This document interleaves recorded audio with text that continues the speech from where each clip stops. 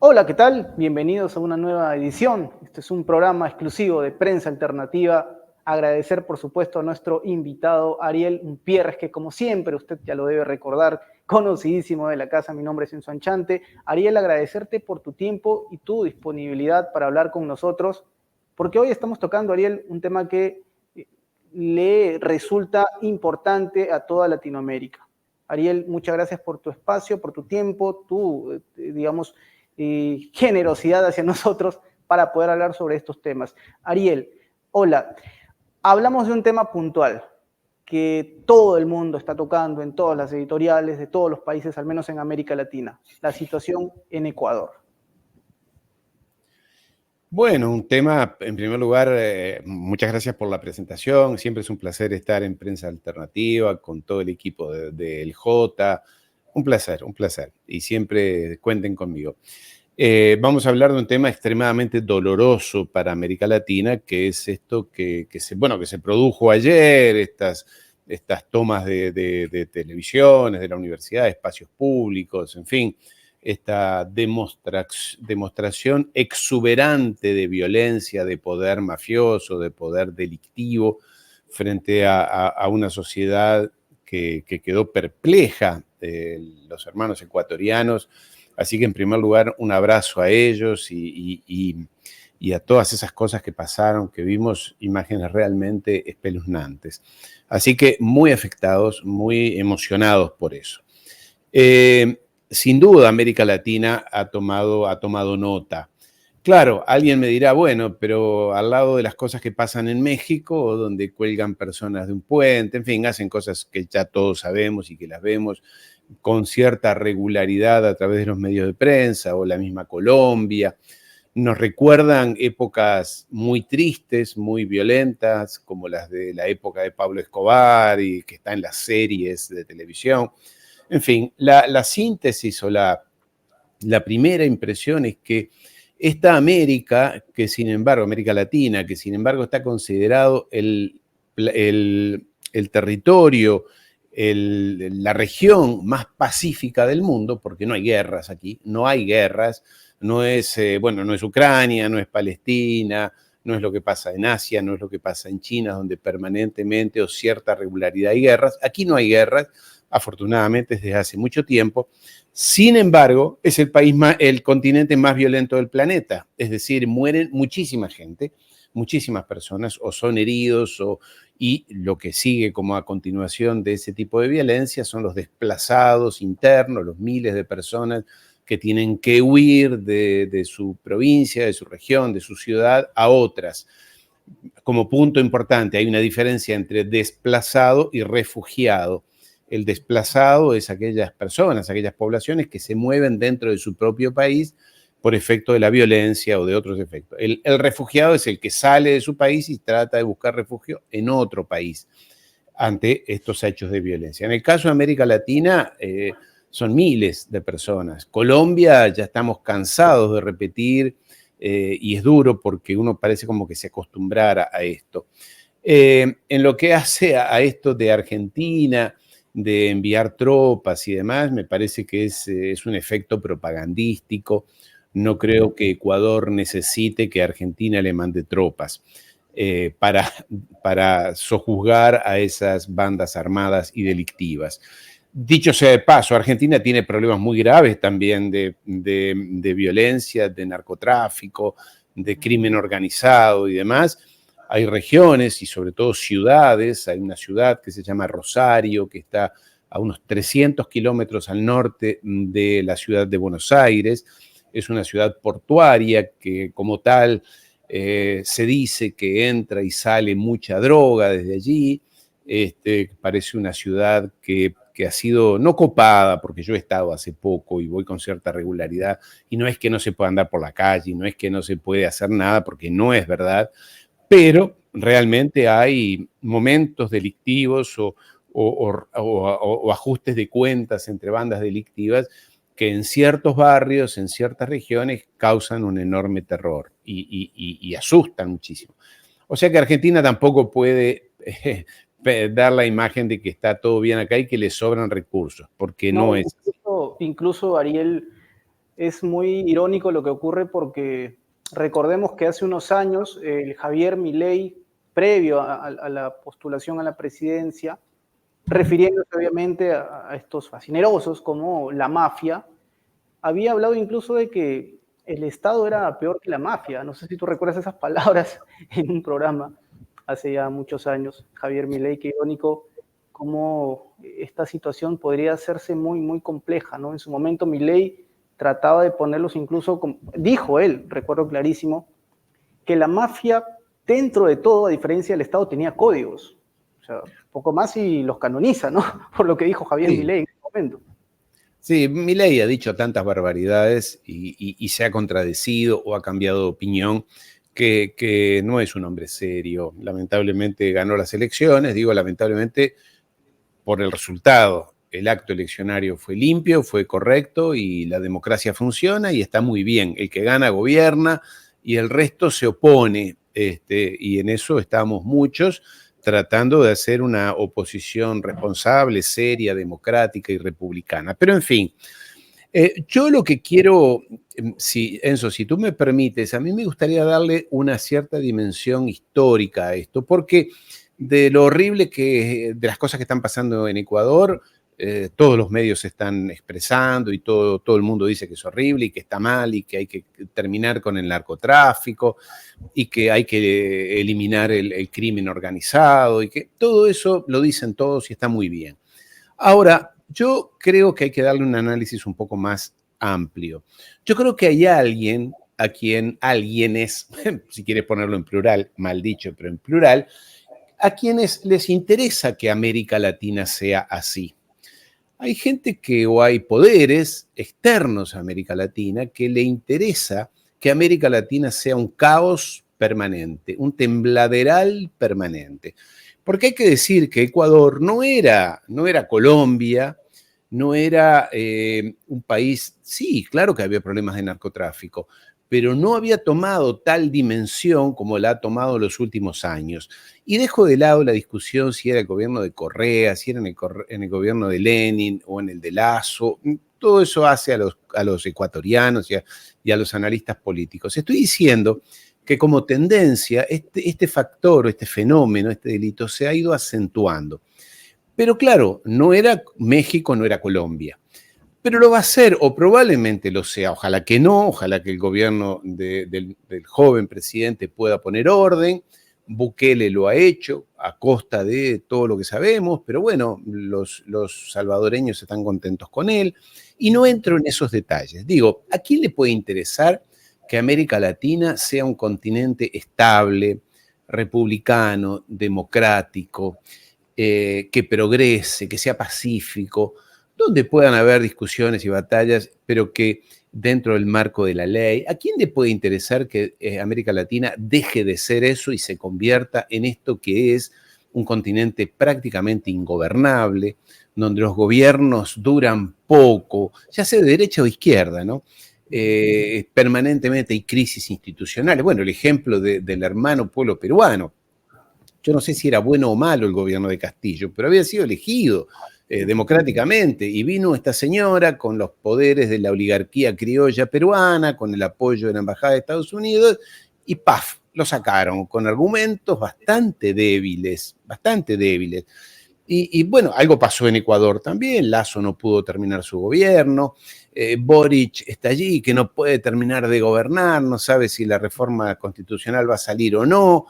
En Brasil tienes a un Lula que tiene que pactar con esos sectores de la ultraderecha, con los evangelistas racistas que tiene ahí adentro. Toma el resto de los países. Bueno, ahora se viene en México, vamos a ver con las elecciones qué va a pasar. Argentina, con lo que digo, en fin, tienes a un Paraguay apoyando a Israel, la masacre de Israel. O sea, tienes una ruptura, algo que no le da tranquilidad a este continente. Y cuando no le da tranquilidad institucional y política, lo que tienes es que los gobiernos son débiles y eso da lugar a que gobiernen los poderosos, que son las empresas transnacionales, que son BlackRock y sus intereses, que son los banqueros, que es Wall Street, que es el FMI, y sobre todo las oligarquías criollas, esas racistas, poderosas, elitistas, antidemocráticas, siempre están contra la democracia. Y cuando viene la opción de dar un golpe de Estado o de crear inestabilidad política, siempre están dispuestas a apoyar esa. Entonces, creo que esto no pasa porque sí. Claro que es grave el tema, pero yo no creo que no pueda ser manejable esto. Recordemos que, y con esto cierro, Enzo, no te hago un speech tan largo, que algo pasó como muestra allá en los años 60, a principios de los 70, inclusive dentro de los Estados Unidos. Porque en aquel momento, años 60, 70, el problema más grave en la época de la guerra de Vietnam eran los panteras negras allí en los Estados Unidos, es decir, esos movimientos de negros, porque son negros, se los llama afroamericanos porque les da vergüenza decir que son negros, pero son negros, ciudadanos norteamericanos, que eran muy revolucionarios, Malcolm X, y que querían un cambio radical en su sociedad y en su política. ¿Qué pasó? Fueron revelados documentos del FBI que muestran cómo el FBI les introdujo la droga, les importaba la droga. Bueno, pasó en la época de los contras allí en Nicaragua, la CIA negociaba compra de droga, la venta. Digamos, hay muchos documentos, muchos fehacientes documentos que apuntan a que en el caso de América Latina, la DEA y los organismos federales norteamericanos son los que auspician, los que manejan, los que de alguna manera influyen en que este caos siga permanente y se expanda y crezca, Enzo.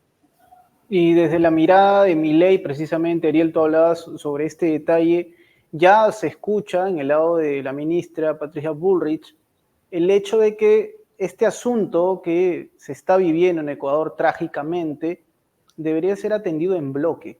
Y uno se pregunta en bloque, bueno, ¿quién liderará ese bloque, no? ¿Desde qué parte? La DEA. Desde el norte, tal vez, ¿no? Claro, le damos a la DEA, que resuelva este problema. Bueno, el gobierno de Milei acaba de respaldar a uno de los gobernadores. Argentina, recuerda, es un país federal, así como México, los Estados Unidos. Tiene provincias y cada provincia tiene un gobernador que es como el presidente de esa región, como lo serían los Estados Unidos. Uh-huh. Y uno de ellos en la región de Chubut, que es en el sur, la zona de Patagonia, que tiene gran costa atlántica, le acaba de invitar al Comando Sur de los Estados Unidos, aquel que está radicado allí en Miami, a la quinta flota, para que patrulle las costas argentinas porque dice que China depreda con sus barcos pesqueros los recursos naturales, la pesca o los peces que tiene Argentina. Y entonces, como Argentina no tiene barcos suficientes para controlar y aviones y helicópteros, le dijo ¿cómo es? El Comando Sur de los Estados Unidos que envíe sus fuerzas navales a patrullar sus costas. Bueno, ya no sé, está bien, tú me dirás, Enzo. Los europeos, la Europa, la democrática, liberal, humanista, Europa occidental, Francia, Estados Unidos, Alemania, etcétera, tiene desde 1945 la quinta flota de los Estados Unidos radicada en Nápoles y tiene más de 100.000 soldados norteamericanos en territorio europeo. O sea que si vamos a hablar de soberanía y de nacionalismo, cuando tienes soldados extranjeros ocupando tu territorio, tú no eres muy independiente. Pero bueno, lo que dice Patricia Bullrich, que es una gran amiga de los Estados Unidos y del Mossad de Israel, que bueno, que para ella vería, pienso yo no leo, no quiero deducir cosas que ella no dijo, pero probablemente lo que esté pensando es en cederle a la DEA, al FBI, a la CIA y organismos federales norteamericanos que nos controlen, porque nosotros pareciera que somos niños que no podemos hacer las cosas bien. Enzo. Y justo, Ariel, hablabas del Comando Sur y cómo no pensar también en lo que estuvo pasando hace poco en Guyana, ¿no? O sea, el tema se va relacionando, querramos o no. Pero Ariel, yo quisiera entrar a un punto interesante que tiene que ver con este efecto en lo que está pasando en Ecuador, porque el asunto de las sustancias ilícitas, el tráfico de estupefacientes, obviamente hay asuntos, hay temas, palabras que no podemos utilizar, porque si no, tú sabes lo que puede ocurrir. Sí. En base a esto, hay algo de lo que se viene hablando muchísimo, Ariel, el efecto dolarización. De hecho, fue parte de los argumentos, un punto que había tocado Noboa precisamente en campaña presidencial, sobre cómo esto había facilitado indirectamente que los mafiosos se puedan desarrollar libremente, ¿no?, a través del lavado de dinero, si se quiere, el uso del dólar. ¿Qué tanto podemos decir que este efecto se está sintiendo efectivamente en Ecuador o es solamente un mito? ¿Tú cómo lo ves? ¿Cómo lo interpretas? Bueno, es un tema que está candente y el propio Milei en la campaña política, es decir, hace 3 meses atrás, citaba el caso de Ecuador como un éxito. Decía, te acuerdas que él ha dicho que él va a dolarizar la economía argentina y cuando se lo criticaba, él decía, bueno, pero miren en Ecuador lo bien que les va con la dolarización, que ya lleva más de 20 años, que fue auspiciada técnicamente y demás por un argentino, que es además el prototipo de economista que Milei tiene en la cabeza, que es Domingo Cavallo, que fue ministro de Economía, fue el que hizo la dolarización, la convertibilidad en aquel momento, en los años 90. Y después se la vendió, digamos, a Ecuador. Es difícil, yo soy economista, es difícil extraer como única explicación de la grave crisis que vive el Ecuador, que todo fuera a causa de la dolarización. En realidad la dolarización funcionó en términos relativos, incluso el propio Correa la mantuvo durante su gobierno, funcionó y bueno, ahora dejó de funcionar. Pero en realidad yo creo que lo que está pasando en Ecuador y en América Latina en general es una crisis que tiene que ver con una muy mala distribución de la riqueza, muy mal funcionamiento de la democracia, porque la democracia en realidad está en manos de los poderosos. Todos sabemos que tanto en América Latina, pero también en Estados Unidos y en Europa, esta democracia moderna, liberal, en realidad es un circo para que los poderosos pongan en el gobierno a las personas y a los dirigentes, a los políticos, que a ellos más les aseguren sus beneficios. Nadie puede creer que alguien llega a presidente porque sea muy inteligente y tenga buenas ideas.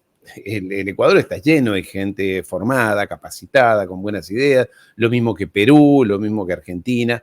¿Y por qué llegan siempre, en todos los casos, los mediocres, los corruptos o aquellos que no tienen forma de realmente llevar un país adelante?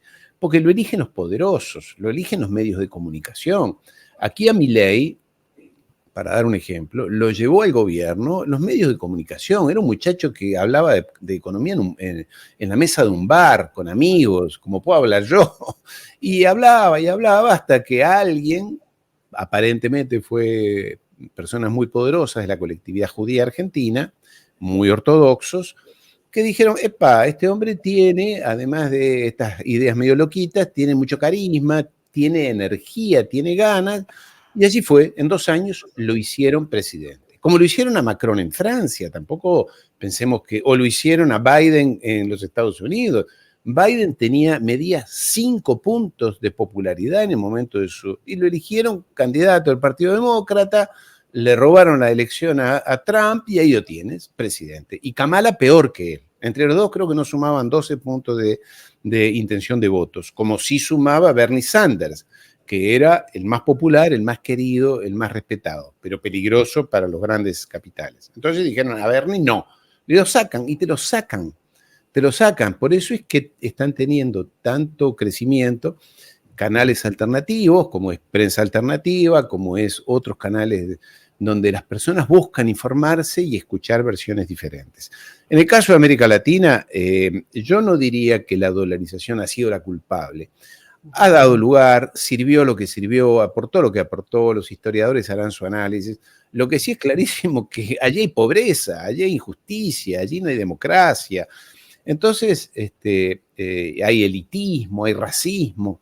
Así es imposible construir nacionalidades, es imposible construir países estables. Es imposible. Estas élites se han acostumbrado a ser demasiado prepotentes, y lo son, y no tienen ya a esta altura, no tienen ningún problema en sacarse la careta y mostrar lo que son, Enzo. Muchas gracias, Ariel. Bueno, justamente hablando de Milei, y vamos ya a pasar a otro tema precisamente, primero y nuevamente agradeciéndote por tu tiempo. Hablábamos de Javier Milei y hay un tema que no podemos evadir, Ariel, que es muy tocado también, que tiene que ver con China. ¿Qué está pasando con China? ¿Qué está pasando? ¿Qué estás haciendo, Milei? No sabemos si es culpa de Milei o de su entorno, hay una mala comunicación, ministros que se pelean entre ellos. ¿Qué está pasando, Ariel? Cuéntanos, por favor, danos detalles de esto. Mira, Milei es un inepto, es una persona, es un producto que lo manejan agencias de marketing, agencias de publicidad, y dueños de medios de comunicación, y allí está, y allí llegó. Él te dijo a lo largo de su campaña, porque en esto hay que decir la verdad, él está haciendo lo que dijo que iba a hacer, y lo votaron. Entonces después los sociólogos y los investigadores determinarán por qué el 56% del electorado en ese momento lo apoyó. ¿Y qué dijo él, entre otras cosas? Que él iba a romper relaciones, no sé si dijo romper relaciones diplomáticas, pero que con China, con Cuba, con Rusia, con Nicaragua, y en fin, te imaginas, y Corea del Norte, con esos países él no iba a tener nada que ver. No dijo que iba a romper relaciones, pero dijo, yo con eso no tengo, es más, no quiero nada con esos. Mi modelo de país son Israel y Estados Unidos. Eso ha dicho él. Israel, en pleno genocidio, para él era ese hombre, ese país, el modelo. Imagínate. Entonces él, apenas llegó al gobierno, le dio instrucciones a su ministra de Relaciones Exteriores, esta señora de la altísima élite criolla nacional, dueña de un banco, para que te ubiques más o menos, le dijo, con China, nada, nos peleamos con China, no les damos, no nos gusta ese país. Y inmediatamente también, lo primero en realidad que hizo fue retirar a Argentina de los BRICS. Y Argentina debía ingresar el 1 de enero en los BRICS. Y dijo, mandó una carta, dijo no. Y fue muy despreciativo con ese país. Con China, es un comunista, son asesinos, son dictaduras, son. Bueno, ahora que llegó, los chinos dicen, bueno, pero ¿y quién es este señor? ¿Cómo hablaba de nosotros? Y mira, hablaban estos términos. Entonces China dijo, bueno, en primer lugar, tú me debes a mí un swap, un crédito de 5.000 millones de dólares, más o menos, no recuerdo cuál es la cifra. Y lo segundo, China es el segundo socio comercial de Argentina. El primero es Brasil, el segundo es China. A China va toda la soja, gran parte de la soja, de la carne, del trigo, del maíz, o sea, producciones minerales. Y China dijo, bueno, dado que tú piensas que yo soy un paria, porque parecía que el paria era China, primero me devuelves el dinero que te presté. Y segundo, dado que hay otros proveedores mundiales de esos insumos, vamos a comprarle más trigo y más maíz a otros países, la carne se la vamos a comprar a Uruguay, le vamos a comprar cereales a Brasil, y bueno, y allá a Argentina. Es como si tú dices, mira, el señor que vende pan en la esquina es una mala persona, el pan es de mala calidad, lo vende caro, lo ensucia, lo vi haciendo cosas y el día siguiente vas a comprar. Y no creo que tenga ganas de venderte el pan o de hacer negocios contigo. Esto es lo mismo. Es de una irresponsabilidad, de un amateurismo, de una inmadurez, de una chiquilinada, porque el mundo no se funciona así y un país no puede depender que a mí, presidente, me guste esa ideología o me guste la otra. No es así. Somos 45 millones de argentinos, es un gran país que debe manejarse con intereses, no con caprichos personales ideológicos. Enzo. Perfecto, Ariel. Quizás voy a llevar las cosas a un extremo, ¿no? En política todo puede pasar, en geopolítica todo puede pasar, pero seguramente tú recordarás, y nuestros espectadores seguramente también recordarán, a Alfredo Stroessner, el dictador paraguayo, que precisamente, bueno, el contexto en ese momento también era una guerra fría, él precisamente decidió romper, o mejor dicho, reconocer a Taiwán. ¿Pasará algo parecido en la Argentina que es gobernada por Milei? ¿Llegaremos a esos niveles?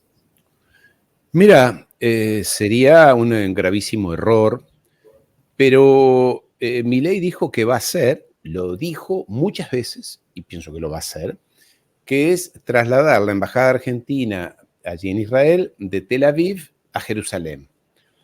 Fue lo mismo que hizo Trump. Es un error garrafal desde el punto de vista diplomático, estaría mal, el mundo entero lo condenaría, innecesario, sería una provocación. Así que un cambio de caballo y irnos con Taiwán puede ser. Este es un hombre, es un desquiciado, es un irresponsable. Está manejado por una camarilla de vivos, de vivos quiero decir, de astutos, de súper codiciosos, que no tienen patria. Por algo él nunca se lo ve envuelto en la bandera argentina, a él siempre se lo ve envuelto en la bandera de Israel. Increíble, el presidente de un país y varios de sus diputados en sus cuentas de Twitter o de las redes sociales se los ve poniendo la bandera de Israel, no la bandera argentina. Es raro, un presidente, no sé, Trump siempre sale con la bandera de Estados Unidos, la gorra de Estados Unidos, las banderas de Estados Unidos, y Macron y cualquiera habla de su país. Estos hablan de Israel. Entonces, yo digo, ¿por qué no se van a vivir a Israel? Si tanto les gusta Israel, se van a vivir allá, háganse israelíes, se van a pelear allá con los palestinos y se acabó. Pero bueno, esta gente sería un gravísimo error.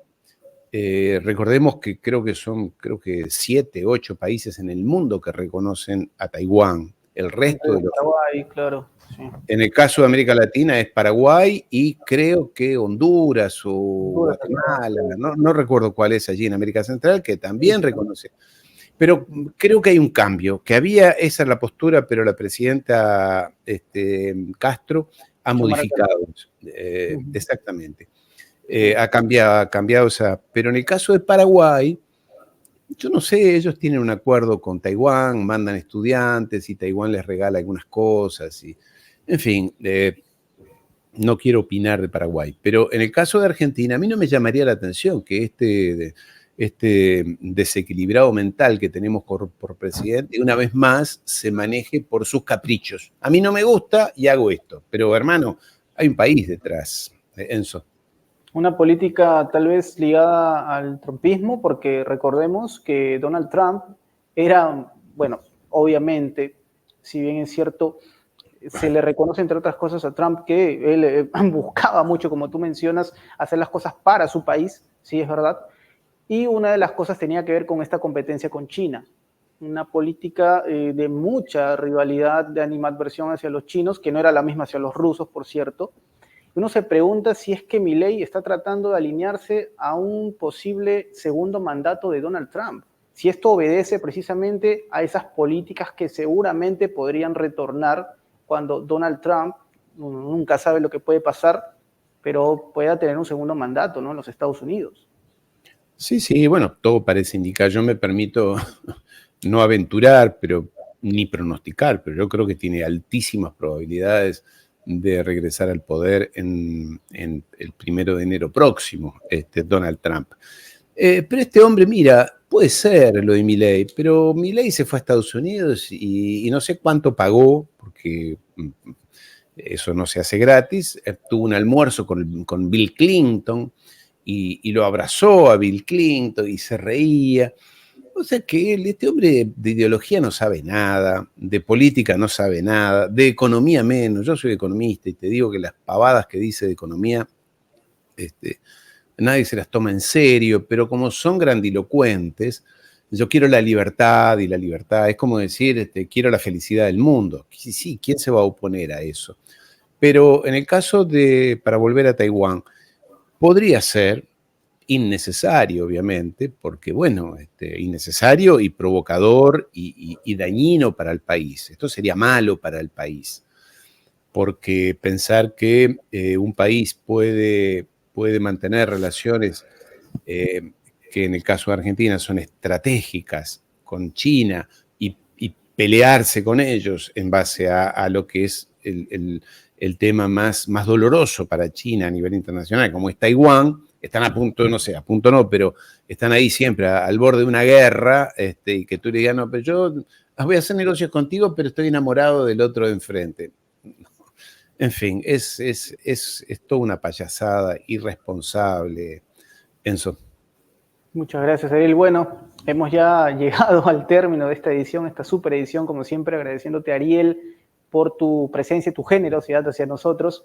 No sé si te gustaría quizás dar un último mensaje para los espectadores que te están viendo en este momento.